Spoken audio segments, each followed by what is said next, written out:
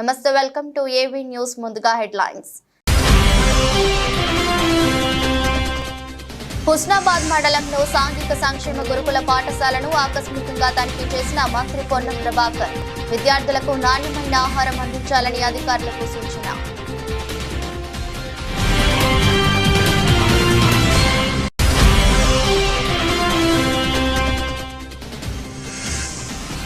జాతీయ చేనేత దినోత్సవం సందర్భంగా నేతన్నలపై సీఎం చంద్రబాబు వరాల చెల్లు. నెలలో ఒక్కరోజైనా చేనేత వస్త్రాలు ధరించాలని ప్రజలకు పిలుపు.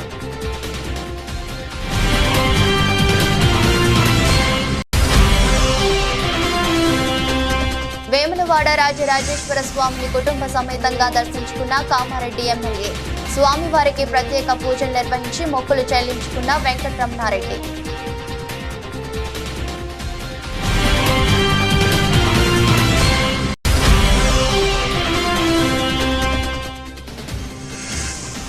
అధర్మ యుద్ధంతో చంద్రబాబు తన నైజాన్ని చూపిస్తూ రాజకీయ విలువలను మరింత దిగజారుస్తున్నారు. చంద్రబాబుపై మాజీ సీఎం జగన్ విమర్శలు.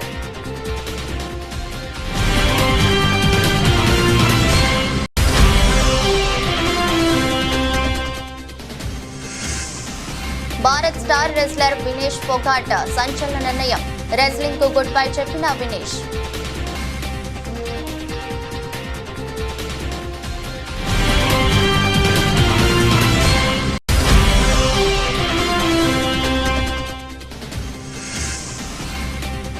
బంగారం కొనుగోలు చేయాలనుకునే వారికి శుభవార్త. భారీగా తగ్గిన బంగారం ధర.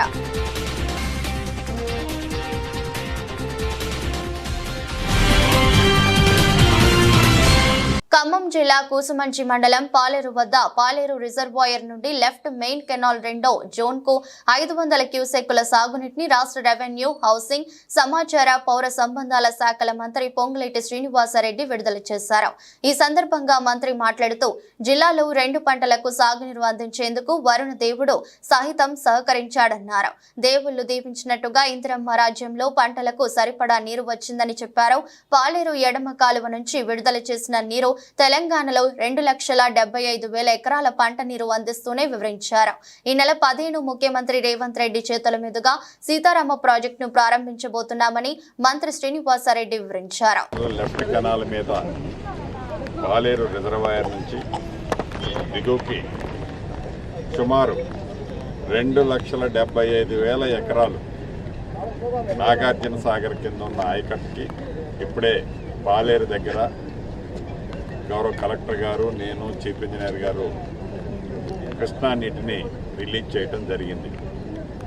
సుమారు 37 మండలాల్లో ఈ 2,75,000 ఎకరాలు తెలంగాణ రాష్ట్రంతో పాటు ఆంధ్రప్రదేశ్లో కూడా సుమారు 1,20,000 ఎకరాలకు ఈ నీరు ఆంధ్రప్రదేశ్ ప్రాంతానికి కూడా వెళ్ళుద్ది. అంటే గతంలో పోయిన సంవత్సరం 2023-24 ఈ సంవత్సరంలో 2 పంటలకి ఆనాడు కృష్ణా బేసిన్కి నీళ్లు రాని కారణం చేత రైతులకి 2 పంటలకి ఆనాడు నీళ్ళు ఇవ్వలేకపోయారు. తదుపరి అంతకుముందు సంవత్సరం కూడా 1 పంటకే నీరు ఇవ్వటం జరిగింది. కృష్ణా పరివాహక ప్రాంతాల్లో సరిగ్గా వర్షాలు లేని కారణంగా, నీళ్లు రాని కారణంగా. అంటే యావత్ తెలంగాణ ప్రజలు ఏదైతే మార్పు కావాలి అని రాజకీయాలతో పాటు వాతావరణంలో కూడా మార్పు కావాలని తెలంగాణ ప్రజల కోరిక మేరకు పైన వానదేవుడు కూడా, తదాస్తు దేవతలు కూడా దీవించబట్టే తెలంగాణ రాష్ట్రంలో ఇందిరమ్మ రాజ్యంలో ఈనాడు సమృద్ధిగా శ్రీశైలంలో కానీ, నాగార్జున సాగర్లో కానీ 2 పంటలకి 2 కాలువలకి, ఇటు లెఫ్ట్ కెనాల్కి అటు రైట్ కెనాల్కి 2 పంటలకి 2 కాలువలకి పుష్కలంగా నీరు ఇవ్వటానికి, పుష్కలంగా పంటలు పండించుకోవడానికి కావలసినంత నీరు ఆ కృష్ణమ్మ తల్లి దయ వల్ల ఈనాడు వచ్చింది. అంటే ప్రజలు దీవించటమే కాదు, ఇందిరమ్మ రాజ్యాన్ని పైనున్న తదాస్తు దేవతలు కూడా చల్లగా దీవిస్తున్నారు అనటానికి నిదర్శనం ఇంతకంటే వేరే మనం చెప్పనవసరం లేదు. చేనేత కార్మికుల ఆరోగ్య భద్రత కోసం బీమా పథకాన్ని వెంటనే అమల్లోకి తెస్తున్నట్టు ముఖ్యమంత్రి చంద్రబాబు ప్రకటించారు. దీనికి 10 కోట్లను విడుదల చేయనున్నట్టు వెల్లడించారు. చేనేతకు భారంగా మారిన జీఎస్టీని ఎత్తివేసేందుకు ప్రయత్నిస్తామని చెప్పారు. సాధ్యపడకపోతే కార్మికులు కట్టే జీఎస్టీ మొత్తాన్ని వారికి తిరిగి చెల్లిస్తామన్నారు. ఇబ్బందులున్నాయని వదిలిపెట్టలేదు. నేను మొదటి రోజునే 5 సంతకాలు పెట్టాను. 5 సంతకాలు కేబినెట్ లో పెట్టి నిర్ణయాలు చేసి అమలు చేశాం. మన పిల్లల ఉద్యోగాల కోసం మెగా డిఎస్సి సంతకం పెట్టాను. 16,347 ఉద్యోగాలు ఇవ్వడానికి ముందుకు పోతున్నాం. ప్రాసెస్ ప్రారంభమైంది. వీలైనంత తొందరలో ఈ ఉద్యోగ నియామకాలు జరుగుతాయని చెప్పి కూడా నేను మీకు తెలియజేస్తున్నా.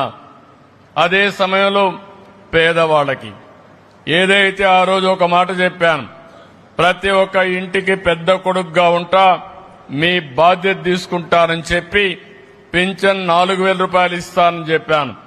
అంతేకాదు ఏప్రిల్ నుంచే ఇస్తా అన్నాను. అందుకే ప్రభుత్వం వచ్చిన మొదటి నెలలో 7,000 రూపాయలు ఇంటికి తీసుకొచ్చి ఇచ్చిన పార్టీ ఎన్డీఏ ప్రభుత్వం, తెలుగుదేశం అని చెప్పి నేను మీకు తెలియజేస్తున్నా. ఇప్పుడు కూడా 4,000 రూపాయలు 2వ నెల కూడా ఇచ్చాం. ఎప్పుడూ ఇస్తాం.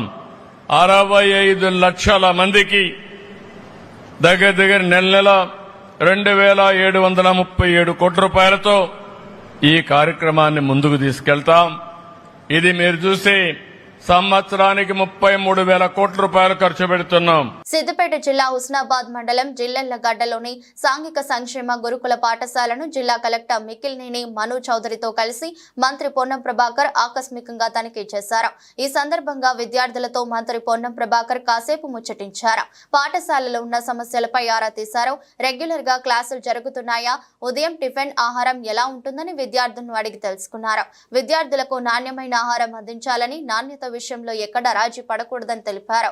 స్కూల్లో డోర్స్, విండోస్ సరిగా లేవని, పక్కనే కొండ ఉండడం వల్ల కొంత ఇబ్బందులు ఉన్నాయని మంత్రి దృష్టికి తీసుకురాక వెంటనే పాఠశాల పరిసరాలు బాగు చేస్తామని హామీ ఇచ్చారు.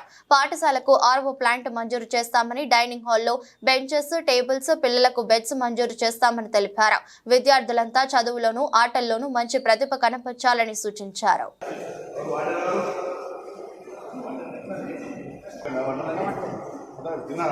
ఇంకా స్టార్ట్ అయితే సార్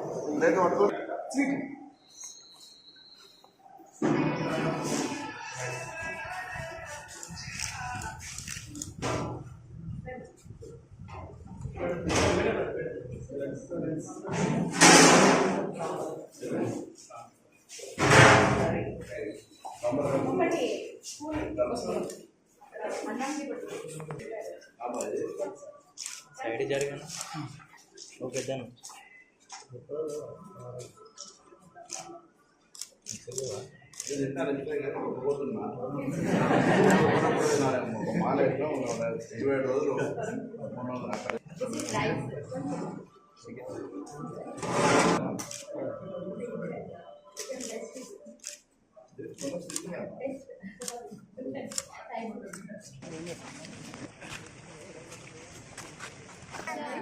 వస్తున్నా ఆరోప్లాంట్ నేనే ఇస్తాను అని చెప్పారు.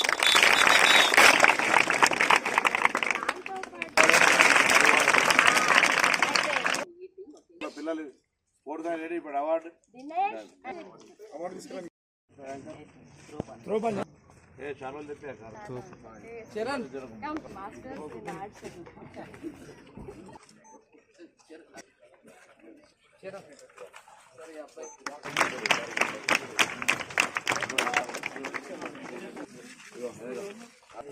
వాళ్ళ దగ్గర రావాలా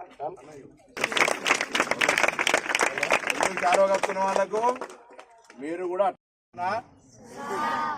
ఆదర్శ యుద్ధంతో చంద్రబాబు తన నైజాన్ని చూపిస్తూ రాజకీయ విలువలను మరింత దిగజారుస్తున్నాడని వైఎస్ఆర్సీపీ అధ్యక్షులు మాజీ సీఎం వైఎస్ జగన్మోహన్ రెడ్డి అన్నారు. విలువలు, విశ్వసనీయతకు తాను కట్టుబడి ఉన్నానని, కాంగ్రెస్ నుంచి ఆ రోజు తాను అమ్మ మాత్రమే బయటకు వచ్చామని, ఆ పార్టీ నుంచి తనతో వచ్చే వాళ్ళు రాజీనామా చేసి వచ్చారని, విలువలతో రాజకీయం చేశాం కాబట్టే ఇద్దరితో మొదలైన పార్టీ ఇంత పెద్ద స్థాయికి చేరుకుందన్నారు. వేరే పార్టీ గుర్తు మీద గెలిచిన వాళ్ళను ప్రజలు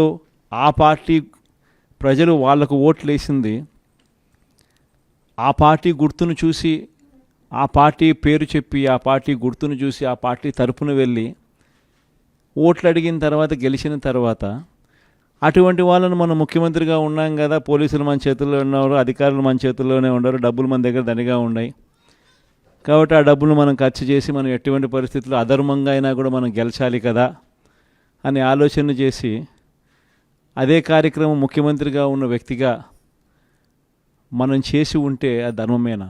అధర్మంగా యుద్ధం చేసే కార్యక్రమంలో భాగంగా మన పార్టీ తరపు నుంచి ఎవరైతే గెలిచినారో వాళ్ళందరికీ ఫోన్లు చేయడం, లేదా వాళ్ళ దగ్గరికి మనుషులను పంపించడం, నీకు 5 లక్షలు ఇస్తా, నీకు 10 లక్షలు ఇస్తా, వస్తావా అని పిలవడం, అడగడం, ఎంత మటుకు అంటే రాజకీయాలలో విలువలు అనేటివి పూర్తిగా అట్టడుగు స్థానంలోకి తీసుకొని పోయే కార్యక్రమం జరుగుతూ ఉంది.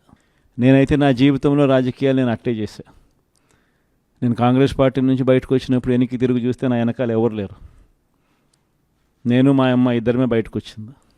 నాతో పాటు కొంతమంది ఎమ్మెల్యేలు వస్తామంటే కూడా నాతో పాటు రావాలనుకున్న ఎవరైనా కూడా రాజీనామా చేసి రావాలా అని చెప్పిన. ఈరోజు అక్కడి నుంచి మొదలు పెడితే కేవలం ఇద్దరం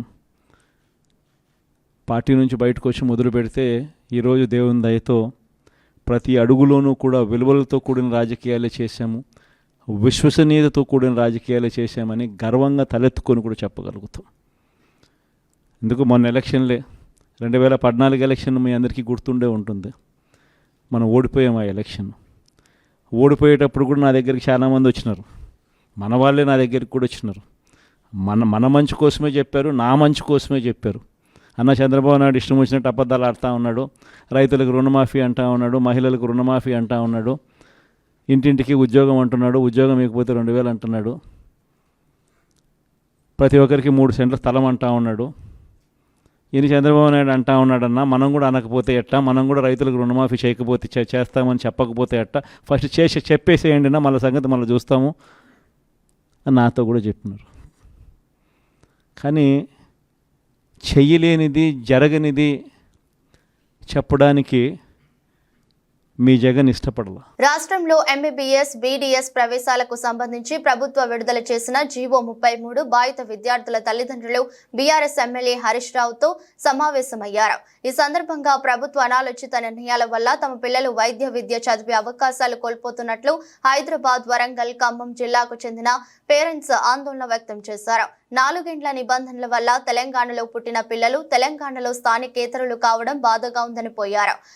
ప్రభుత్వ నిర్ణయం వల్ల స్వరాష్ట్రంలో తెలంగాణ బిడ్డలు ఎంబీబీఎస్, బీడీఎస్ చదివే అవకాశం కోల్పోతున్నారని ఆగ్రహం వ్యక్తం చేశారు. తమకు న్యాయం జరిగేలా చూడాలని, ప్రభుత్వంపై ఒత్తిడి తీసుకురావాలని కోరారు. తెలంగాణ విద్యార్థులకు తీవ్ర నష్టం చేసే 33 జీవోపై పోరాటం చేస్తామని హరీష్ రావు వారికి హామీ ఇచ్చారు. విద్యార్థుల భవిష్యత్ దృష్ట్యా న్యాయ పోరాటానికై సైతం వెనకాడబోమని స్పష్టం చేశారు. తల్లిదండ్రులు, విద్యార్థులు ఆందోళన చెందవద్దని, ఈ విషయంలో బీఆర్ఎస్ పార్టీ అండగా ఉంటుందని భరోసానిచ్చారు. ప్రభుత్వం ఇప్పటికైనా స్పందించి తెలంగాణ పిల్లలకు అడ్మిషన్ల కోసం స్థానికతను నిర్ధారించడానికి కొత్త విధానం రూపొందించాలన్నారు. ప్రభుత్వ ప్రధాన కార్యదర్శి ఇతర ఉన్నతాధికారులతో ఒక హై లెవెల్ కమిటీ వేయాలని డిమాండ్ చేశారు. తెలంగాణ విద్యార్థులకు అడ్మిషన్స్ విషయంలో అన్యాయం జరగకుండా చూడాలన్నారు. మేడ్చల్ మండలంలో రావల్కోల్ గ్రామంలో గంగపుత్ర సంఘం భవనాన్ని మాజీ మంత్రి మేడ్చల్ ఎమ్మెల్యే చామకూర మల్లారెడ్డి ప్రారంభించారు. ఈ సందర్భంగా మల్లారెడ్డి మాట్లాడుతూ, ఒకప్పుడు రావల్కోల్ గ్రామం అంటే దుమ్ము ధూళితో గ్రామ ప్రజలందరూ ఇబ్బందులు పడేవారని, నేను మంత్రిగా ఉన్నప్పుడు గ్రామంలో సీసీ రోడ్లు వేయించడం జరిగిందన్నారు.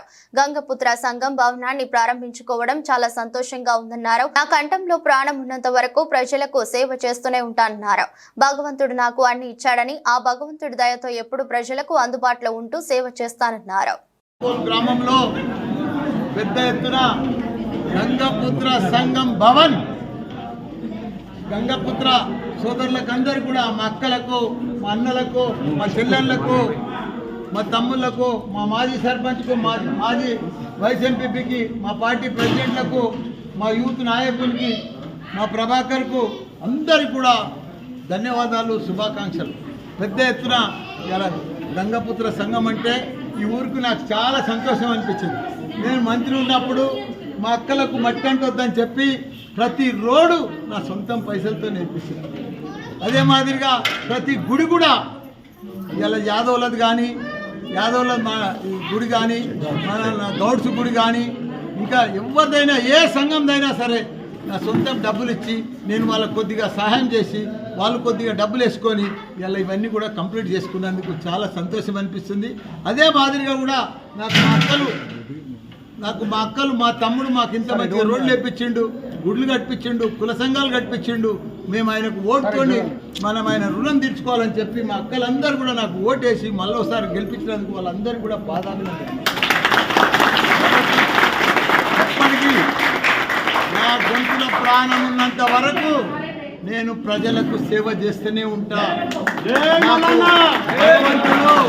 అన్ని రకాలుగా రాజన్న సిరిసిల్ల జిల్లా వేములవాడ రాజరాజేశ్వర స్వామిని కామారెడ్డి ఎమ్మెల్యే వెంకటరమణారెడ్డి కుటుంబ సమేతంగా దర్శించుకున్నారు. అనంతరం స్వామివారికి ప్రత్యేక పూజలు నిర్వహించి కోడె మొక్కలు చెల్లించుకున్నారు.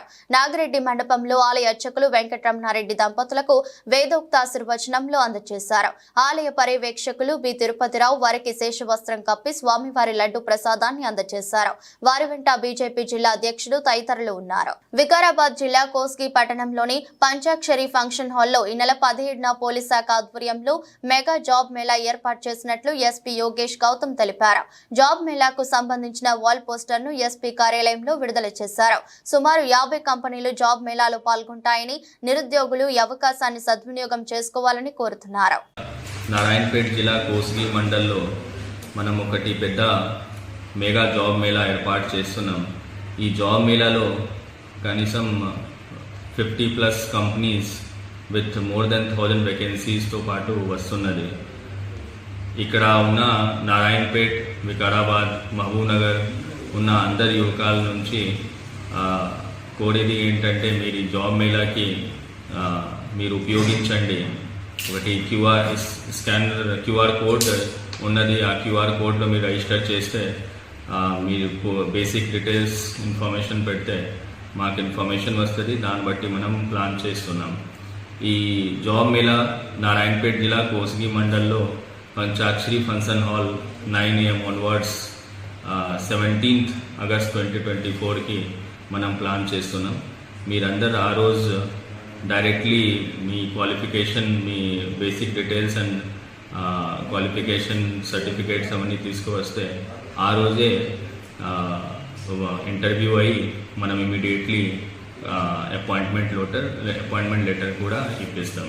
సో మీ అందరూ యువకాలు ఈ నారాయణపేట డిస్ట్రిక్ట్ పోలీస్ తరఫు నుంచి కమ్యూనిటీ పోలీసింగ్ కింద ఒక ఇనిషియేటివ్ మీరందరూ ఉపయోగించండి. భారీ మాత్రలో వచ్చేసి ఈ జాబ్ మేళా అనేది మీరు ఉపయోగించండి. Thank you. మాజీ ముఖ్యమంత్రి జగన్ భద్రతా అంశంపై వైసీపీ నేత అంబటి రాంబాబు మీడియా సమావేశం నిర్వహించారు. అవసరమైనప్పుడు భద్రత పెంచాల్సిన బాధ్యత ప్రభుత్వంపై ఉంటుందని అంబటి రాంబాబు తెలిపారు. కానీ ఇవాళ అందుకు విరుద్ధమైన పరిస్థితులు కనిపిస్తున్నాయని, జగన్ అధికారం నుంచి దిగిపోయాక ఆయనపై కక్ష కట్టినట్టు వ్యవహరిస్తున్నారని ధ్వజమెత్తారు. ఎస్ఆర్సీ నివేదిక రాకముందే జగన్ సెక్యూరిటీని ఉపసంహరించుకున్నారని అంబటి రాంబాబు ఆరోపించారు. జగన్ నివాసం గేటు వద్ద ఉన్న సెక్యూరిటీని తీసేశారని, ఆ రోడ్డులోకి విచ్చలవిడిగా అందరినీ అనుమతించారని వివరించారు. కూటమి కార్యకర్తలను పంపించి ఆ గేటు వద్ద గొడవలు చేయించారని, అబాసుపాలు చేసేందుకు అన్యాయంగా ప్రయత్నించారని అంబటి రాంబాబు పేర్కొన్నారు. ఆయనను పలుచన చేసేందుకు ఇవన్నీ మీడియాలో ప్రసారం చేశారని వెల్లడించారు. భద్రతని పెంచవలసినటువంటి అవసరం ఉంటుంది. అవసరమైనప్పుడు ఇవాళ నేను చూస్తున్నా, మీరు కూడా తెలుసు, జగన్మోహన్ రెడ్డి గారు రాజీనామా చేయగానే ఎస్ఆర్సీ రిపోర్టు రాకోకుండానే, సెక్యూరిటీ రివిజన్ కమిటీ రిపోర్టు రాకోకుండానే జగన్మోహన్ రెడ్డి గారి దగ్గర ఉన్నటువంటి సెక్యూరిటీని విత్డ్రా చేసుకున్నారు. ఇదే ఆయన గేటు దగ్గర ఉన్న సెక్యూరిటీని తీసేశారు. ఈ రోడ్లోకి అందరినీ ఎలవ్ చేశారు. విచ్చలవిడిగా తెలుగుదేశం కార్యకర్తల్ని, కూటమి కార్యకర్తల్ని ఇక్కడికి పంపించారు. పంపించి ఈ గేటు దగ్గర గొడవలు చేయించారు. అపాస్పాలు చేయాలనే ప్రయత్నం చేశారు. అన్యాయంగా ప్రవర్తించేటటువంటి ప్రయత్నం చేశారు. ఇవన్నీ మీడియాలో ప్రసారం చేశారు. ప్రసారం చేసి జగన్మోహన్ రెడ్డి గారిని పలుచన చేయాలనేటువంటి ఒక ప్రయత్నాన్ని చేస్తున్నారు.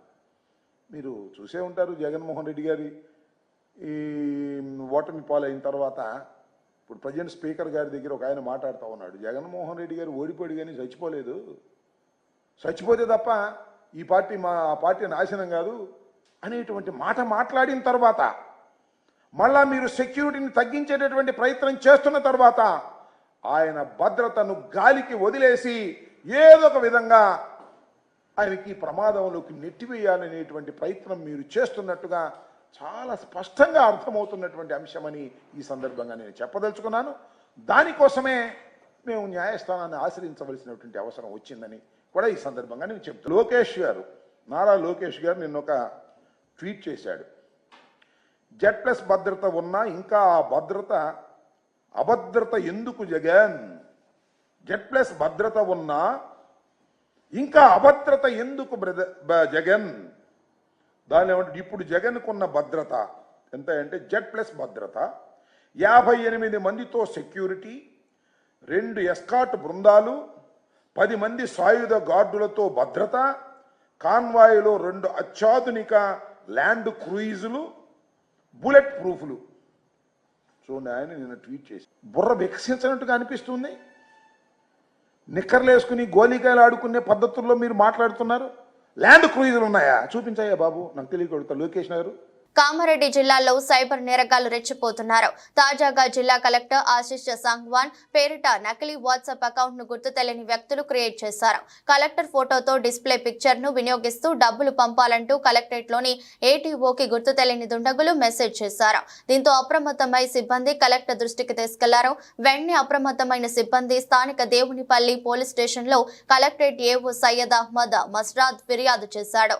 ఏఓ ఫిర్యాదు మేరకు కేసు నమోదు చేసుకుని దర్యాప్తు చేస్తున్నట్లుగా ఎస్ఐ రాజు తెలిపారు. హైదరాబాద్ డీడీ కాలనీలో తన నివాసంలో ఏర్పాటు చేసిన విలేకరుల సమావేశంలో మాజీ BC commissioner chairman BS Ramulu రజకులను ఎస్సీ జాబితాలో చేర్చి అంశంపై మాట్లాడుతూ 18 రాష్ట్రాల్లో ఎస్సీలుగా ఉన్న వారిని మిగతా 11 రాష్ట్రాల్లో ఎస్సీ జాబితాలో చేర్చడానికి వచ్చిన సమస్యలు ఏమిటో కేంద్ర రాష్ట్ర ప్రభుత్వాలు తెలియజేయాలని కోరారు.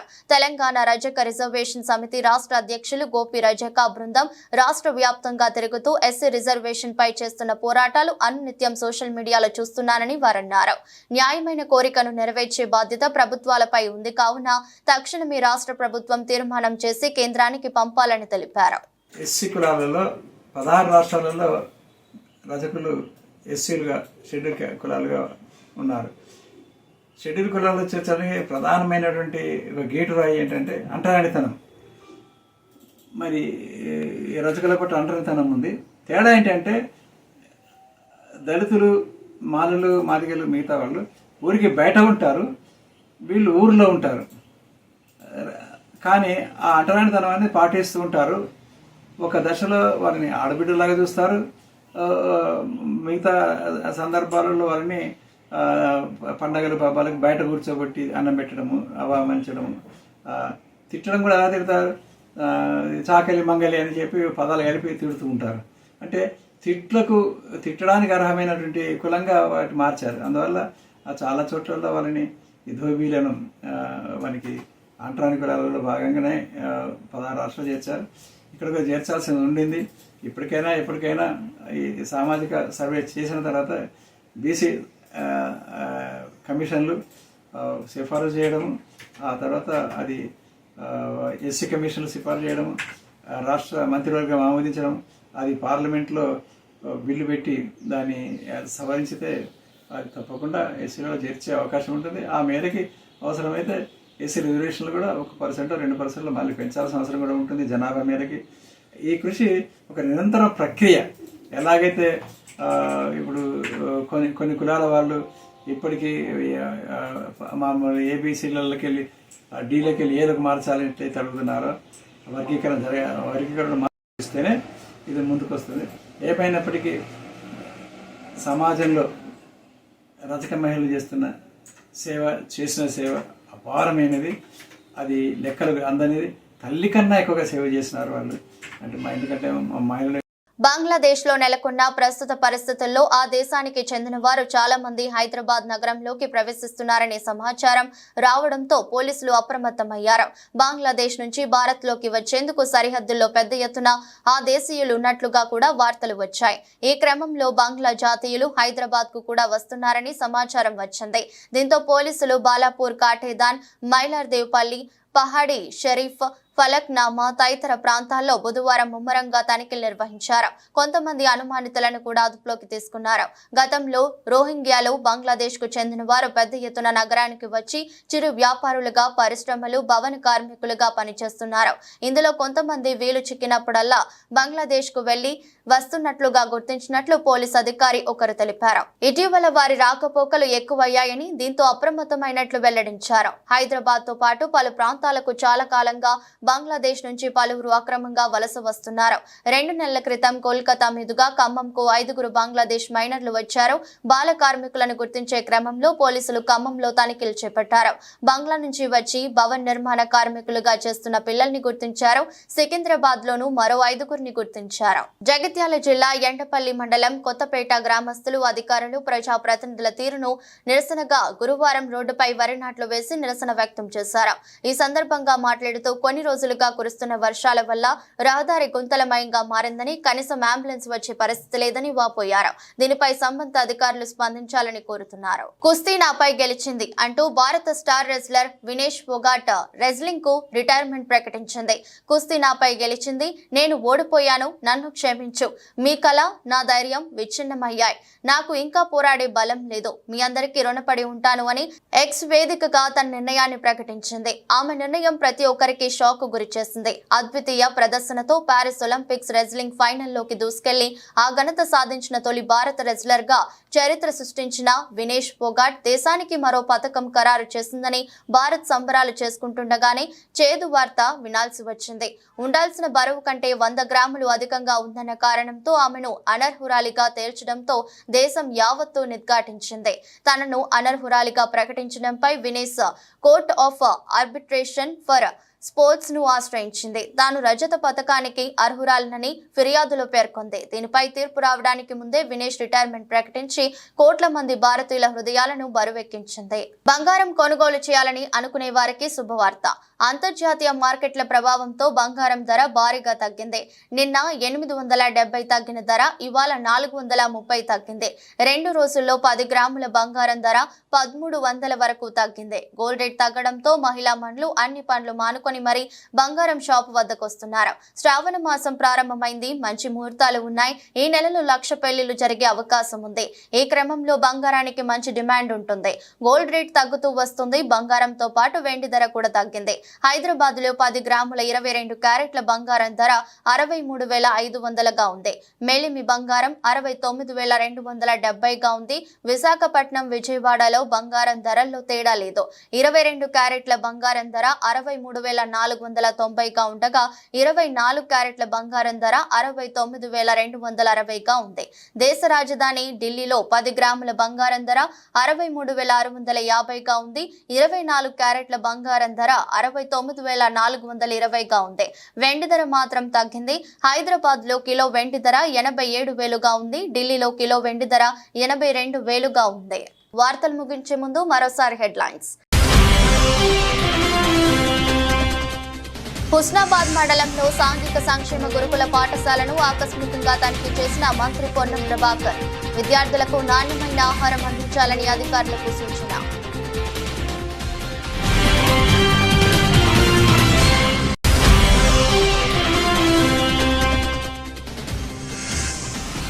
జాతీయ చేనేత దినోత్సవం సందర్భంగా నేతన్నలపై సీఎం చంద్రబాబు వరాల చెల్లు. నెలలో ఒక్కరోజైనా చేనేత వస్త్రాలు ధరించాలని ప్రజలకు పిలుపు.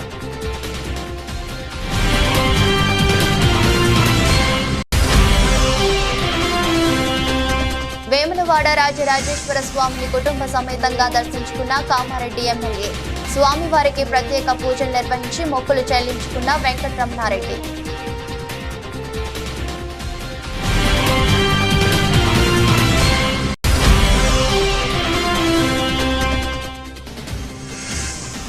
అధర్మ యుద్ధంతో చంద్రబాబు తన నైజాన్ని చూపిస్తూ రాజకీయ విలువలను మరింత దిగజారుస్తున్నారు. చంద్రబాబుపై మాజీ సీఎం జగన్ విమర్శలు.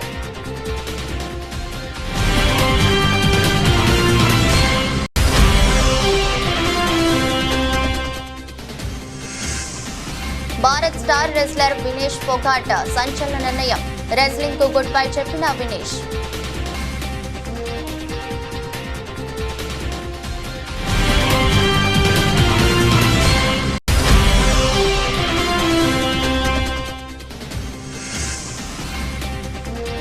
కొనుగోలు చేయాలనుకునే వారికి శుభవార్త. భారీగా తగ్గిన బంగారం ధర.